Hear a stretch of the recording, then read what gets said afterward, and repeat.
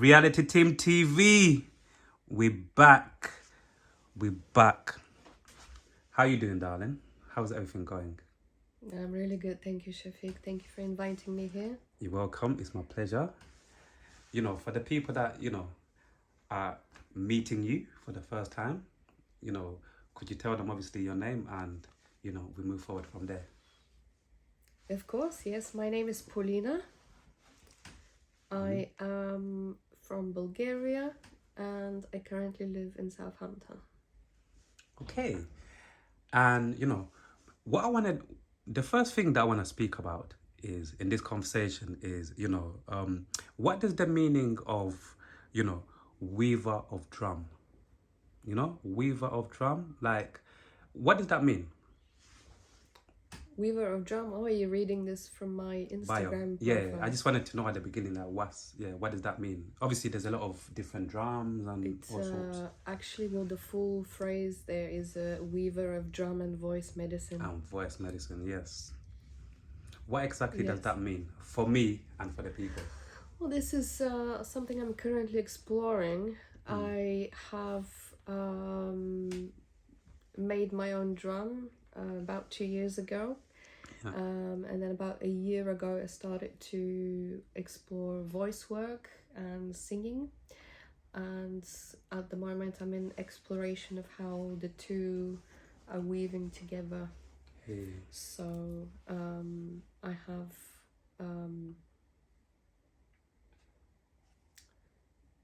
sorry, the camera's on. No, it's totally fine. Like, even So it's like, okay, I started to explore the benefits of sound healing.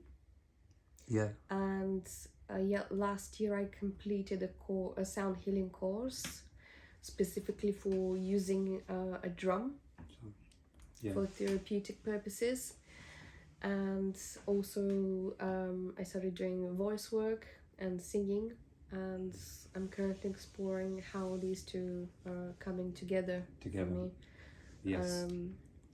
To give me a fuller expression Okay. of who I am. Yeah.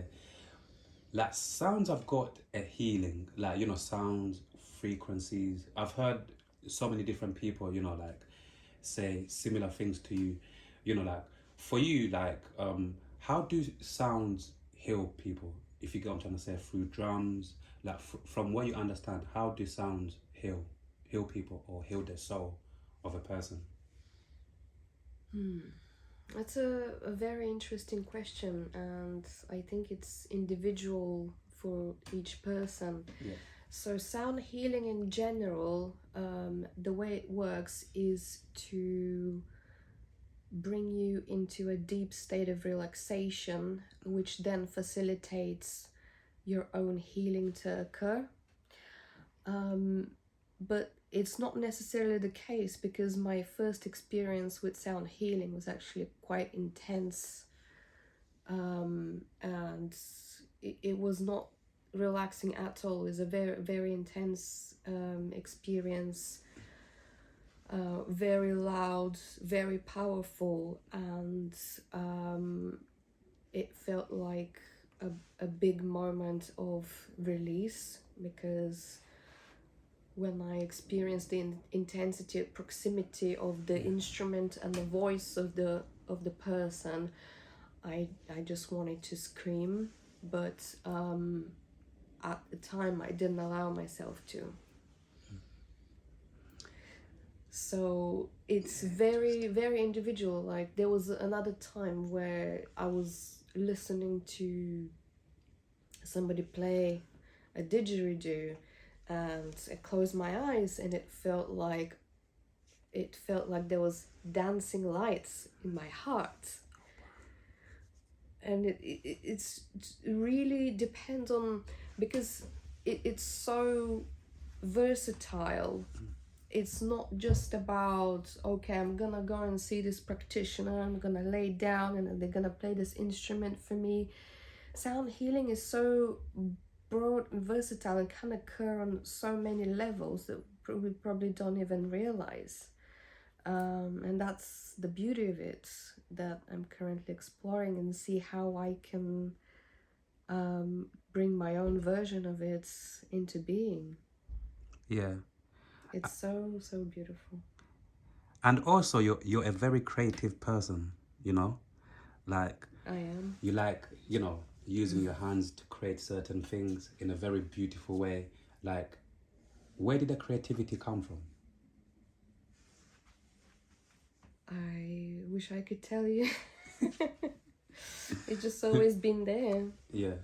always doing something with my hands and enjoy using my hands. Yeah. Since I was a child, I always liked drawing, doing different drawings. Then I went into a school of woodworking and forestry, Yeah. and I learned how to work with wood and wooden materials, how to make things with my hands. My mum had a shop and she was selling these beads, and I was making this jewelry for myself, and just, I don't know, just doing stuff with my hands, which I really, really enjoyed. So basically, It's it comes from mum originally, and then, it just got passed down to your DNA, kind of. I suppose you could say that, but for me, it's something that's always been there, and over time, I'm realizing it's finding more and more ways of expressing itself. Yeah. It's not just the drawing, it's not just the art, it's not just the woodworking and the interior design, which I studied, and it's coming out on so many different levels that it's almost making me confused. So what do I go for? Do I go for making art on a canvas, or do I go for design, or do I go for crafting stuff? It's just, if I allow it to, it's just coming out on so many different levels that I'm having a difficult time keeping up with it, It sound like, like there's creative wise, there's a lot going on, which is good because you can always express yourself in different ways, right? So Yeah. it's always good. Even going back to a little bit back to, like your early days, like obviously for the people that don't know, what country do you come from? Obviously for the people. I come from Bulgaria, Yeah. which is in Southeast Europe. Yeah. Was you born there? I was born there, yes. Yeah. And in terms of like, obviously like your early days, in terms of like, childhood, and obviously, going through, like life at a very early stage, how was that for you? Like, from what you can remember, how was Polina in Bulgaria in your early days? My early days. Yeah. Well, from the way I remember it, How do you remember it? I remember it as being a lonely child trying to fit in. Interesting. And usually when you're a child, there's some things that we don't really realize until we get a little bit older. So you saying like you was a lonely child, when you was a child, did you notice that even at a young age that, yeah, like I'm a lonely child? Or you realize when you grow up? Yeah, because I could feel like, I'm not like the other kids, and I feel like, sort of like, I was, because I'm very sensitive, I could sense that there's sort of like separation, like there was this like sort of distance, like they don't accept me, or like they don't vibe with me, and I was just trying to fit in and be more like them, Yeah. so that they could accept me, Looking back, when you was a child, yeah, what do you think made you like different from all of the other kids that you was growing up around? I don't know. Because you know, some, like you said, sometimes, you know, like at school, like when you can be going to school with some kids, and sometimes just because you're different in your own way, sometimes some kids will say, oh, you're weird, oh, all of these things, or stay away from that person because, you know, you're different, you don't do what most people do, you know how it is. So I'm just trying to figure out, like, you know, for you personally, maybe what made you different from all of the other kids, you know, was you, yeah, like, if you know. Well, it's an ongoing question for me. Yeah. Because as an adult now, that question persists. What makes me different from the other adults? You know, how come it's not as easy for me to make friends and connections as it is for other people? You know, Do you feel it's weird. do you still feel like that? Like it's difficult for you to make connections with other people? Because the reason why I asked that, sometimes I used to think if you go onto your own personal journey, either spirituality or, you know, religious, whatever journey you might go on for your own life, I used to think if you go on this journey, you would find, you know, when people say you find your own tribe, you know, people that think like you, they feel like you, they see the world like the way you see it. S But then I realized, like what you just said, I realized as well, like, even if you go on that journey, like, yeah, you might be able to find some people from your tribe, but still, in terms of like building, like, you know, certain connections with certain people or whatever, it might still be, you know, like difficult. That's what I thought. So, are you experiencing that as well? Like, yes, you're finding some people in your own, you know, tribe, but still, are you saying you're still finding it difficult to make certain, I don't know, relationships, connections with certain people? Would you say? Yeah, yeah. I can be Yeah. in a group of people who are also, you know, on a spiritual journey, who might be into the same things as me, but there would still be this Disconnect. something missing, you know, something, some kind of barrier. That's really interesting, you know. And then I go, is it me? Or is it them? Is there something wrong with me, or is it something else which I don't understand? Do you think it's you, or you're still looking for the answer? Well, I'm still looking for the answer, but I'm trying not to let it bother me too much, and just, you know, try and relax, and don't like, try not to make this into something, or try not to push for an outcome, and just see how things go. Yes. You know, for me, connections and relationships with other people have been probably the most challenging thing in my life. Sometimes when I have these You know, conversations and I hear somebody like you say this, and I feel like I thought so I I'm was not the only one. absolutely not. Sometimes that's why I love having these conversations, because sometimes when you feel like with certain things, when you feel like you're alone, and then somebody else says it as well, then you feel like, oh, okay, it's not just me, like you said. So for so many years, I've gone through my own, you know, journey of, like, you know, trying to work things out. How come, how come I cannot really keep certain friends? How come I cannot build certain relationships and, you know, keep them? And I've questioned myself, and over the years, I've came up with my mind has came up with maybe reasons or some answers why.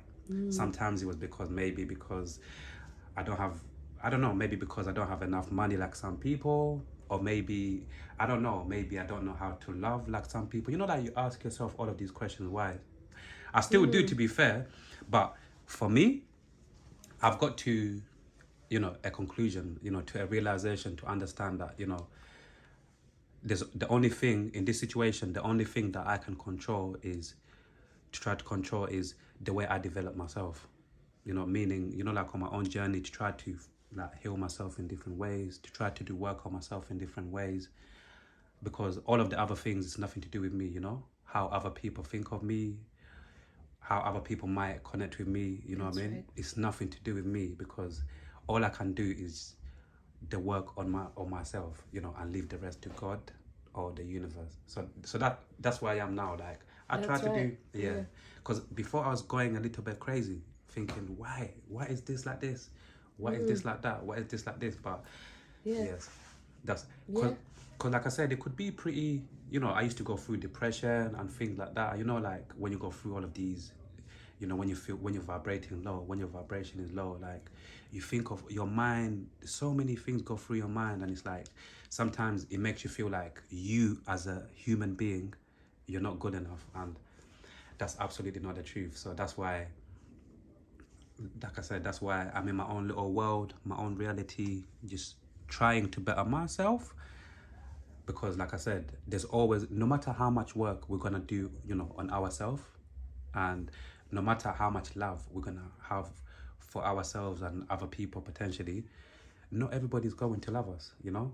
You know what they say, not everybody's Mm. going to love you, and that's fine. Otherwise, if you're going through life trying to, you know, to make everybody understand you, or everybody to kind of like to like your energy or your vibe, you end up driving yourself crazy. So that's why I think, you know. But for you, Absolutely, 100% yeah, agree. because Yeah. even like you said, in the spiritual, you know, like even if you go like on the farm, like you said, where you met David, if you go to certain places where you feel like everybody should be on the same frequency, you know, everybody should be on the same level. Even a lot of these places, you find you're not gonna vibe with everybody.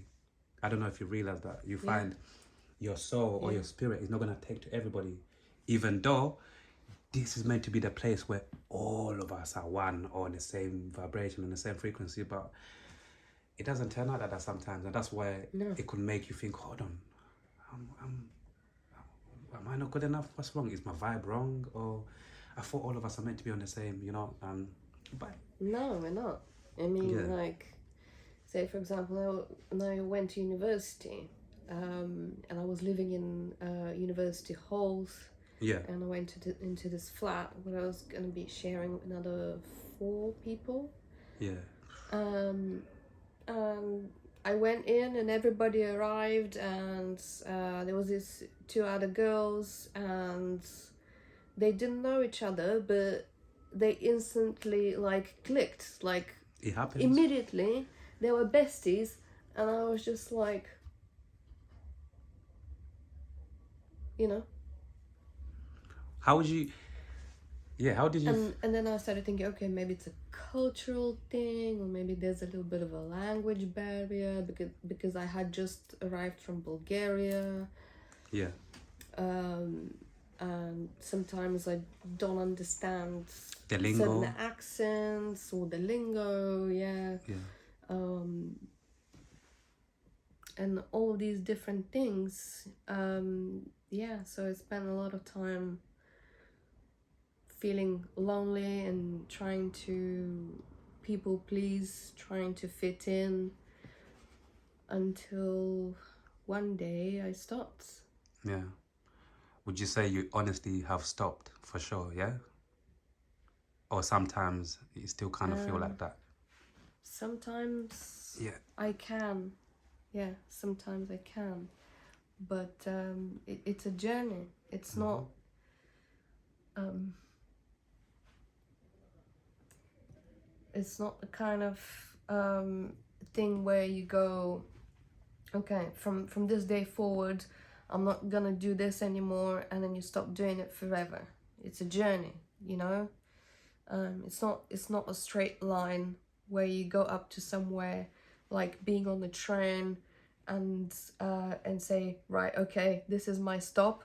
I'm gonna get off the train here, and I'm not gonna go any further than this. You know, it's a spiral. We spiral. We go in circles, back and forth, and that's just how it is. It's not linear. Mm. Like, What do you care about more? How you feel about yourself, or how other people feel about you? Honestly. I care about more about how I feel about myself, because at the end of the day, that's what really matters, and that is the vibe that I'm putting out into the world. So if I don't feel good about myself, how can other people feel good about me? You know? And you see, touching on your family a little bit, yeah? You know, like, obviously you can say as much as you want to say, you know? Like, what type of family do you come from? Like, what type of background in terms of like family? How was your family like? Your mom, your dad? I don't know if you got brothers and sisters. Yeah, how was your family background like? Okay. Well, I come from a family where my father left my mum when I was very young. I was maybe about 1 or 2 years old. My dad left my mum, and I was raised by my mum and my grandparents. My mum, obviously being left with a child on her own, she was in a place where she wanted to set up her own business so that she can support herself and me and be my mother and my father. My grandparents were very supportive and were looking after me, but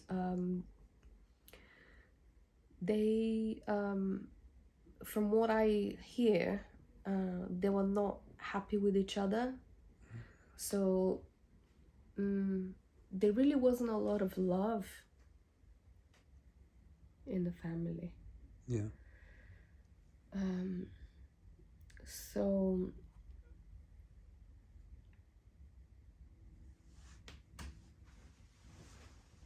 I didn't have a good example of a healthy relationship between a man and a woman, or a healthy relationship between any two or three individuals, because we were all subconsciously and consciously trying to avoid each other. And when we were gathering together for like Christmas or other holidays, we would just be sat at the table and be like, oh, I wonder when this is gonna be fucking over, you know? Yeah, so that was my family background. Yeah. It was just How was your place family? of Yeah. just a place of disconnect. Yeah, so I was spending a lot of time on my own since I was a child, because my mom would go to work every day. When she would leave, I would cry and she will promise that she will come back later. Yeah. And then I'll be like, okay. And then my grandparents will go somewhere because they will be, doing their own thing. And then I will just be left alone in the house, and I will just be going through my mother's stuff, like her clothes and her makeup, and I'll just most of the time just play on my own and be in my own little world. How? And that continued on as I was getting older. I feel like it's still there, So, and in a way, I do enjoy being on my own, spending time alone, doing my own thing, and I feel like it's very nourishing for me, even to this day, spending time on my own, and much needed. Whilst I do enjoy being around people, I also have a need for this alone time where nobody's watching, Yeah.